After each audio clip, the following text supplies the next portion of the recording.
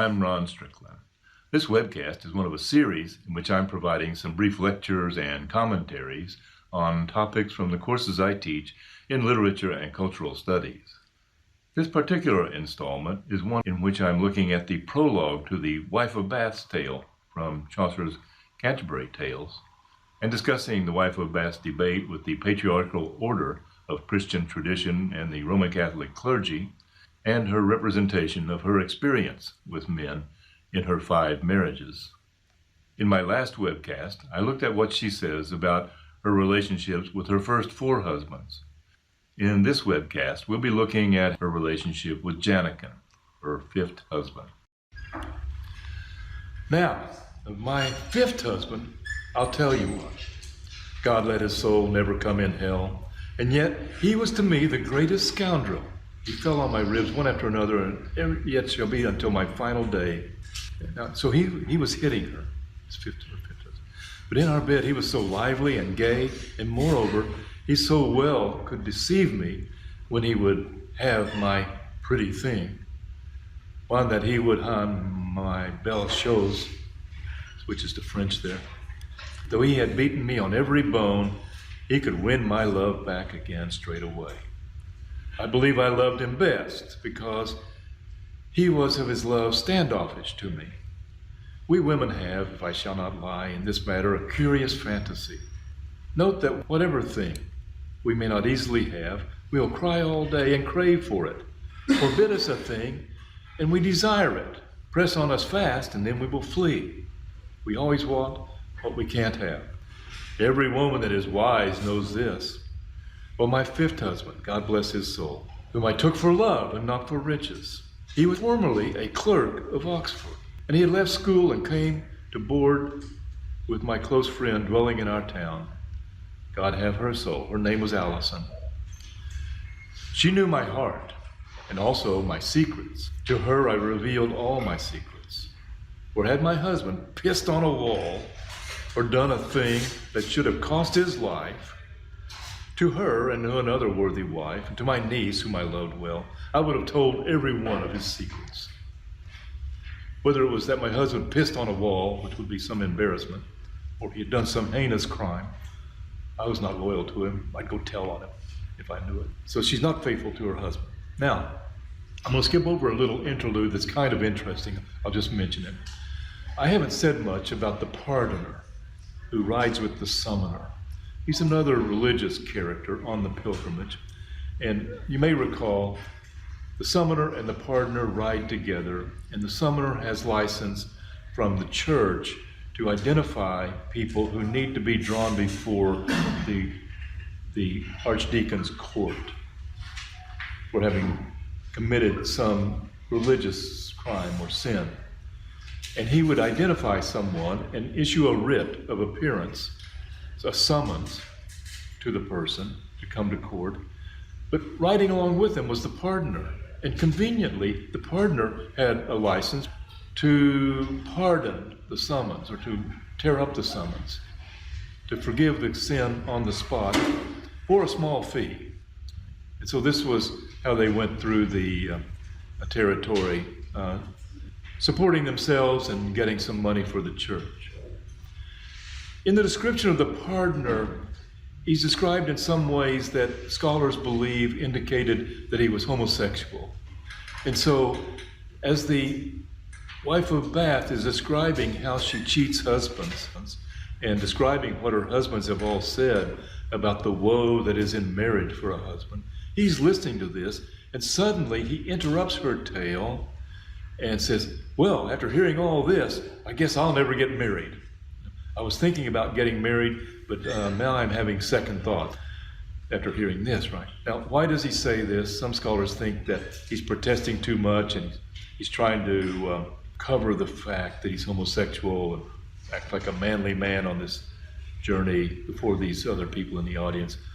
Maybe he's to be taken sincerely. Maybe he never wanted to get married anyway. Maybe he was a confirmed bachelor, and this is just a way of affirming his confirmation, if you will, his choice and his predisposition in the first place. Anyway, she's not very impressed by what he says. Basically, she says, oh, shut up, kid. Let me go on with my tale.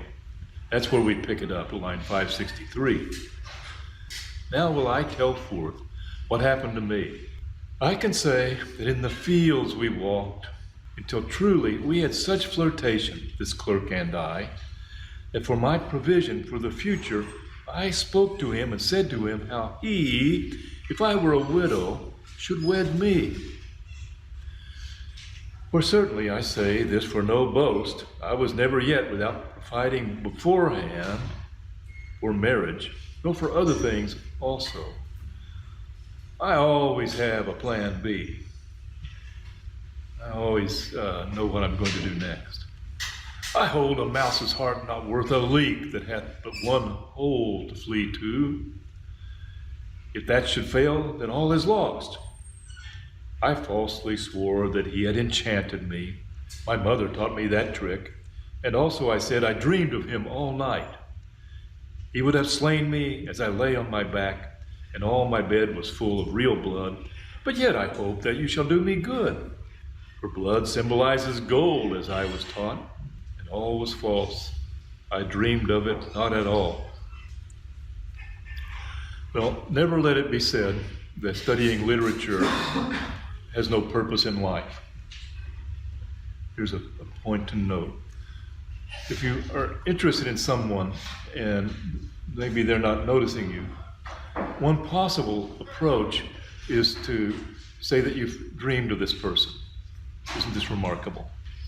It's very flattering to have someone dreaming of you, even if you didn't realize it would be. It's been tried and true, and sometimes it leads to something. At least it's a way of opening the conversation. But now, sir, let me see what I shall say.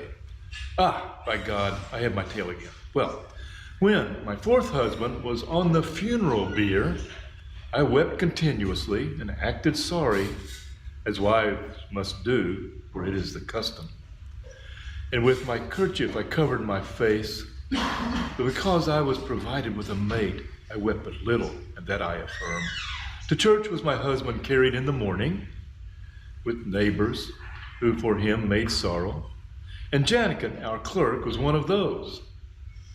As helped me God, when I saw him go after the bier, I thought he had a pair of legs and feet so neat and fair that all my heart I gave him unto his keeping.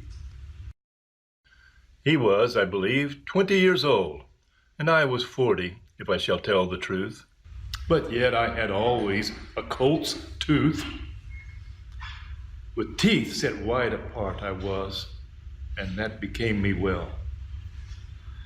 Yet I had always a colt's tooth. Gap-toothed he was, and that became me well. He was gap-toothed, recall from the other day. As help me God, I was a lusty one, and fair and rich and young and well fixed, and truly, as my husband's told me, I had the best quonium might be. I had the best pudendum that might be. I had a good cunt. For certainly I am all influenced by Venus. Venus gave me all my lust and my lecherousness, and Mars gave me my sturdy boldness. My ascendant was Taurus, and Mars was therein. Alas, that ever love was sin. I followed always my inclination by virtue of the state of the heavens at my birth.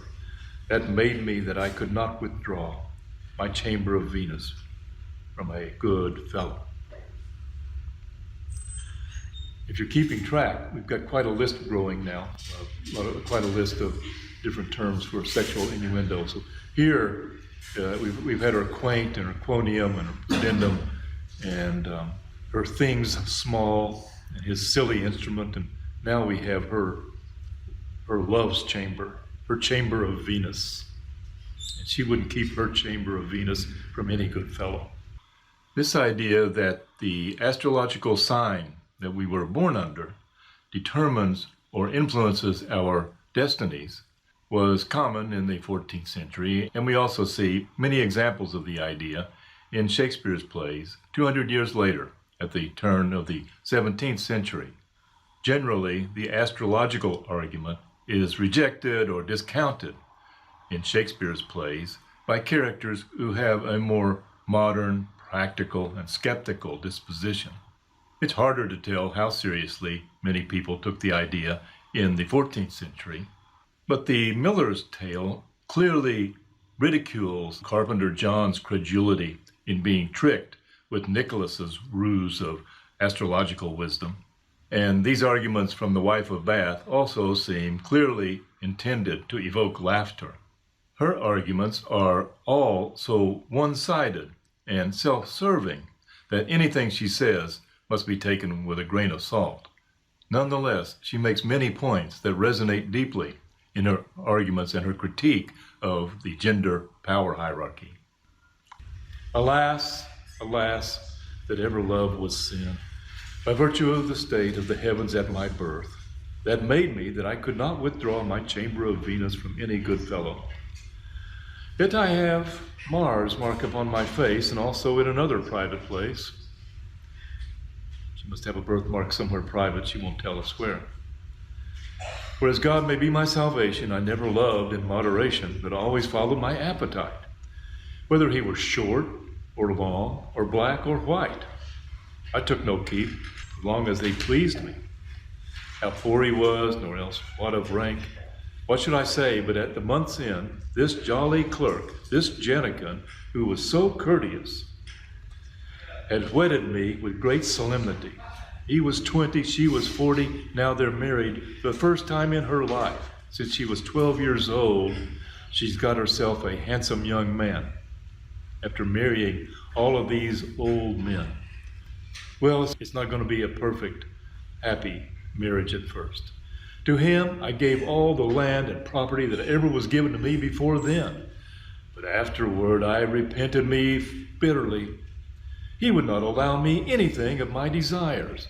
By God, he hit me once on the ear because I tore a leaf out of his book, so that of the stroke, my ear became all deaf.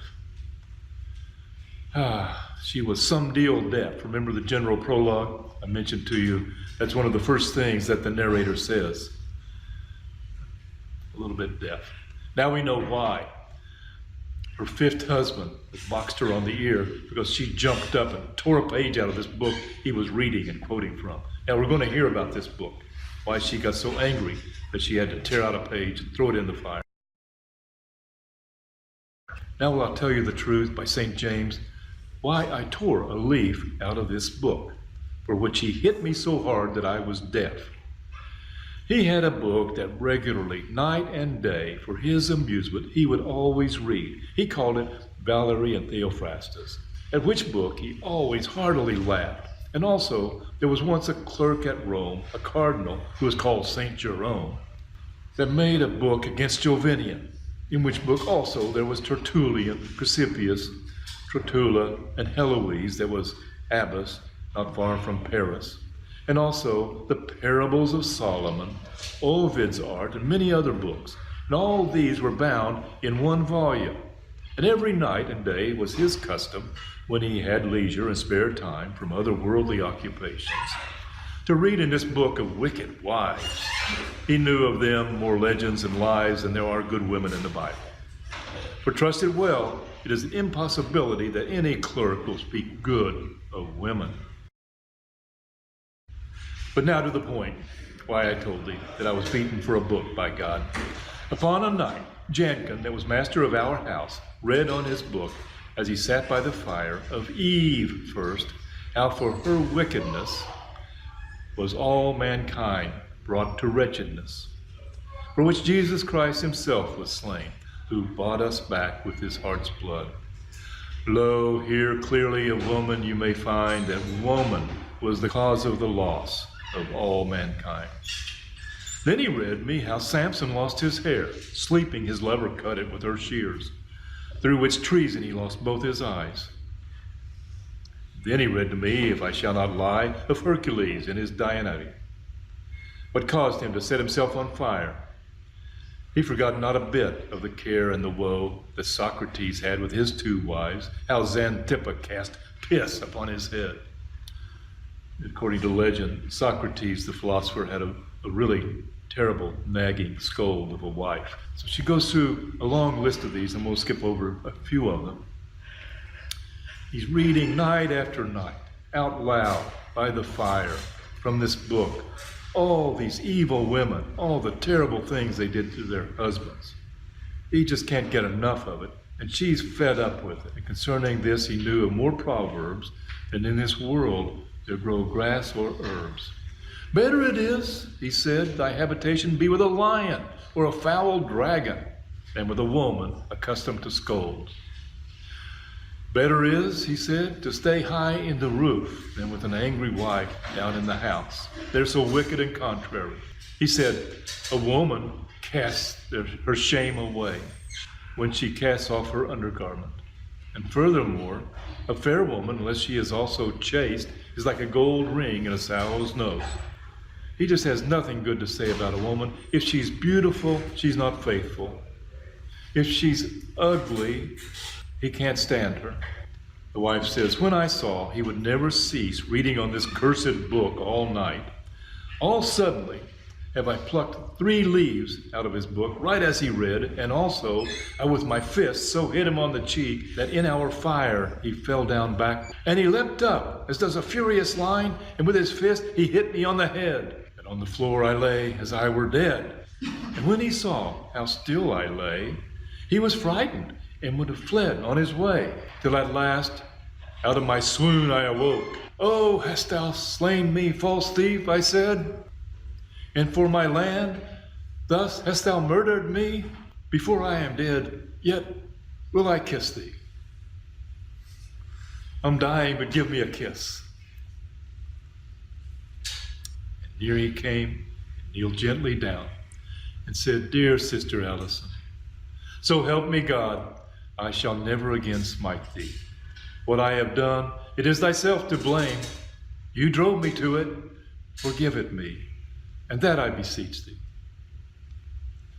And yet immediately I hit him on the cheek and said, thief, thus much am I avenged. Now will I die, I may no longer speak. But at the last, with much care and woe, we made an agreement between our 2 selves. He gave me all the control in my hand, to have the governance of house and land, and of his tongue and of his hand also, and made him burn his book immediately right then. And when I had gotten unto me, by mastery, all the sovereignty, that he said, mine own true wife, do as you please the rest of all thy life. Guard thy honor, guard also my reputation. After that day, we never had an argument, as God may help me. I was to him as kind as any wife from Denmark into India, and also true, and so he was to me. And they lived happily ever after, for just a little while. And then sadly, Janikin also died. With that, I'll conclude this webcast. But, as always, if you have questions or comments, please don't hesitate to send me an email.